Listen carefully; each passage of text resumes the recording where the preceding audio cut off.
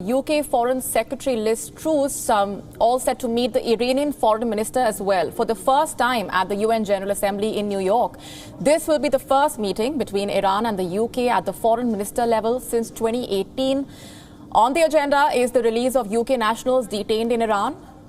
In a statement, Liz Truss said, and I'm quoting now, "I will be asking Iran to ensure the immediate and permanent release of all arbitrarily detained British nationals in Iran and to start working to mend fractured relations."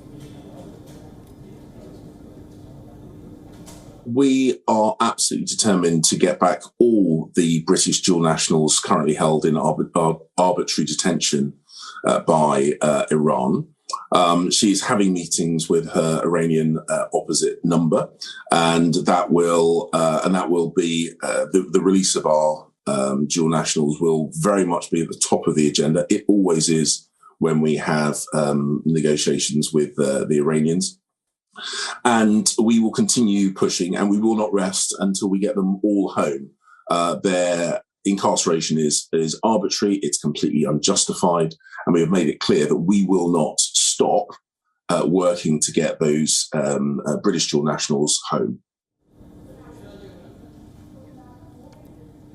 The most prominent of the detainees is Nazanin Zaghari-Ratcliffe. She was arrested at a Tehran airport in 2016 and convicted of plotting to overthrow the Iranian regime. The dual national will mark her 2000th day detained in Iran. She was not allowed to leave Tehran even though she completed her initial 5-year sentence. Truss will be the 5th UK Foreign Secretary to now handle the Zaghari-Ratcliffe case. She is among the 30 foreign nationals who have been detained in Iran over the last few years.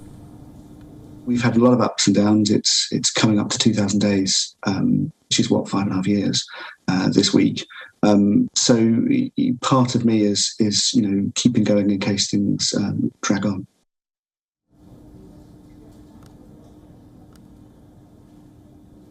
Meanwhile, the Foreign Office is also dealing with pressure to impose sanctions on Iranian officials, especially the 10 who were seen implicated in state hostage-taking since 1979.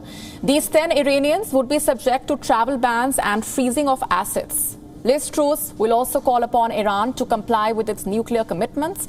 A recent deal between Iran and the UN atomic watchdog has raised hopes for fresh nuclear talks with the US. But time is running out to save the historic nuclear deal as Tehran's hardline government pushes for sanctions to be lifted. Going back across to our correspondent Mandy Clark joining us from London. Mandy, to what extent do we expect discussions on the Iran nuclear agreement?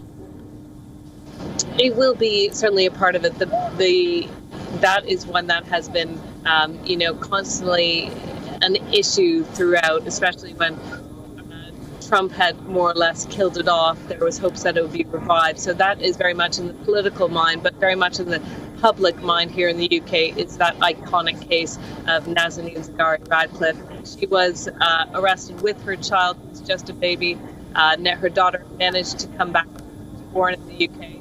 But it is very much here in the public mind. The husband Richard front and center on the efficacy of the government success of facts. But the British of course, the politicians do want that.